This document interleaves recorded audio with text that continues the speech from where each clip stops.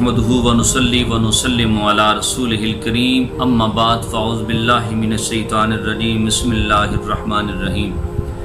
امام بہقی نے اس حدیث کو شعب الایمان کے اندر لکھا ہے کہ حضرت معاذ ابن جبل رضی اللہ تعالیٰ عنہ فرماتے ہیں کہ میں نے حضور نبی کریم صلی اللہ علیہ وسلم کی بارگاہ میں عرض کیا، یا رسول اللہ صلی اللہ علیہ وسلم مجھے کوئی ایسا عمل بتائیں کہ جو اللہ تعالیٰ کو سب سے زیادہ محبوب عمل ہو۔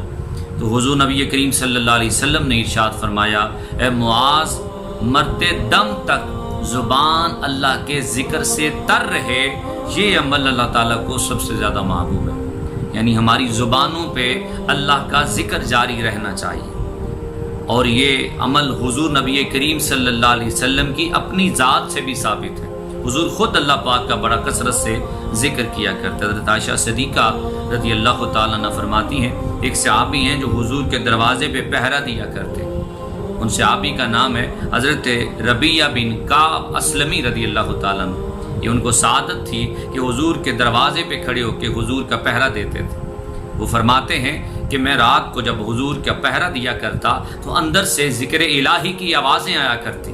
حضور نبی کریم اتنی کثرت کے ساتھ اللہ کو یاد کرتے، حضور اللہ کا اتنا کثرت کے ساتھ ذکر کرتے کہ میں سن کے جو ہے نا وہ تھک جاتا اور مجھے نیند آ جاتی، لیکن ذکر الہی حضور کی زبان سے جاری و ساری رہتا۔ یہ حضور کا اپنا عمل تھا ذکر الہی کرنے کا۔ یہ وہ ربیہ بن کعب اسلمی وہ صحابی ہیں جن کے بارے میں امام مسلم نے صحیح مسلم کے اندر، امام طبرانی نے معجم کبیر کے اندر اور امام ابن ماجہ نے سنن کے اندر لکھا ہے کہ حضرت ربیہ بن کعب نے ایک مرتبہ حضور کے لیے پانی رکھا، قضاء حاجت کے لیے بھی اور وضو کے لیے بھی۔ تو حضور نبی کریم کی ایک دن رحمت جوش میں آئی تو آپ نے فرمایا، اے ربیہ مانگ کیا مانگتا ہے؟ حضور نے اتنا بڑا اختیار دے دیا کہ آج مانگ لو جو مانگتے ہو، قربان نہ جاؤں حضرت ربیہ بن کعب اسلمی کے مانگنے پہ۔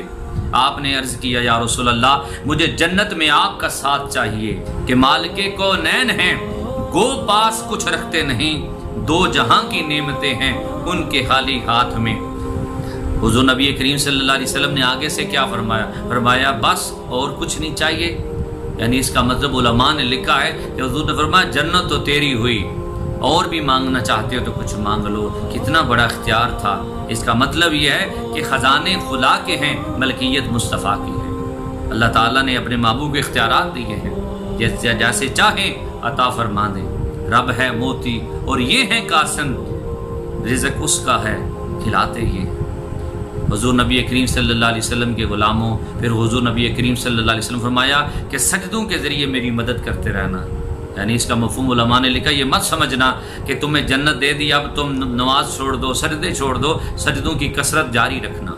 تو میں عرض کر رہا تھا کہ ذکر الہی جو ہے یہ حضور نبی کریم کی سنت ہے، کثرت کے ساتھ حضور اللہ کا ذکر کیا کرتے۔ ایک نبی حضرت موسیٰ کلیم اللہ جلیل القدر نبی اللہ کے حضور عرض کرتے ہیں، اللہ میں تیرا ذکر کرنا چاہتا ہوں، مجھے کوئی ایسے کلمات بتا کہ میں تیرا ذکر کیا کروں۔ تو آواز ہے لا الہ الا اللہ کہا کرو۔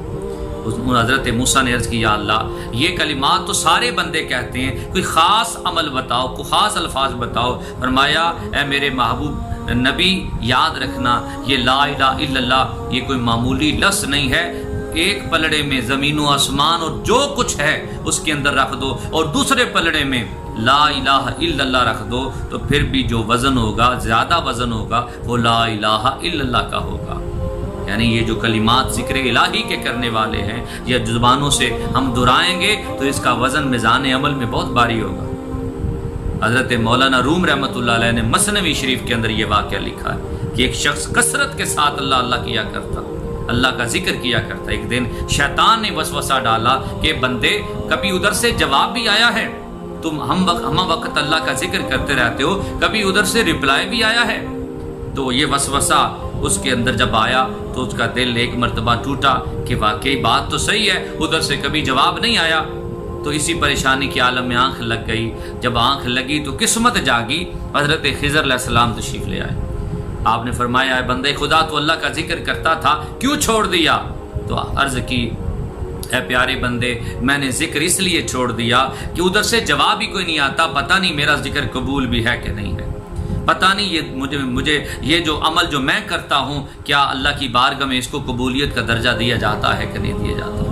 تو حضرت خضر علیہ السلام نے فرمایا اے بندہ خدا، اللہ نے مجھے حکم دیا ہے کہ جاؤ میرے بندے کو بتا دو یہ جو تو میرا ذکر کرتا ہے اور میرے ذکر میں مشغول رہتا ہے یہ ہماری وجہ سے ہے، ہم نے ہی تمہیں یہ توفیق دی ہے، تمہارے دل میں یہ سوز و گداز جو پایا جاتا ہے یہ ہماری عطا سے ہے۔ جب تم یا اللہ کہتے ہو تو تمہارے یا اللہ کہنے میں جو ہے نا وہ 100 مرتبہ لبیک پوشیدہ ہے، یعنی زمین سے تو پکارتا ہے، آسمان کی بلندیوں سے تیرا رب تجھے جواب دیتا ہے۔ ہمیں چاہیے کہ ہم اللہ کا ذکر کرتے رہیں، اور جب بھی موقع ملے فضول گوئی کی بجائے ہم زبان کو اللہ کے ذکر سے تر رہیں، تاکہ ہماری دنیا و آخرت بہتر ہو سکے، اللہ ہم پر راضی ہو جائے۔ اللہ تعالی ہمیں عمل کی توفیق عطا فرمائے۔ وما علینا الا البلاغ۔ اسلامک ویڈیوز کے لیے اس چینل کو سبسکرائب کیجیے۔